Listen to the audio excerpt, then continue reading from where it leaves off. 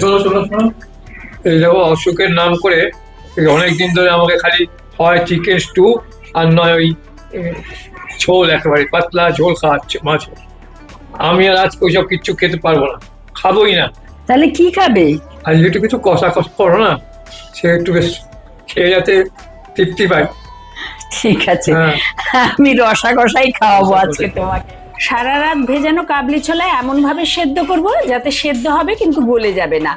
হয়ে গেলে হালকা চটকে নেব। এখন দিয়ে দেব জিঞ্জার গার্লিক পেস্ট আর দেব ছোলে মশলা, সাথে পেঁয়াজ কুচি, লঙ্কা গুঁড়ো, লবণ, বেসন দিয়ে ভালো করে মেখে চপের আকারে গড়ে গরম তেলে ভেজে তুলবো।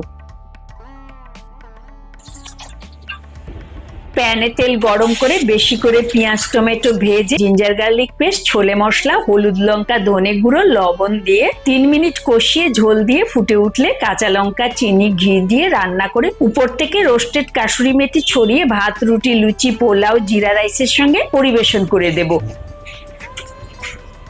খেয়ে না একদম খুশি হয়ে যাবে।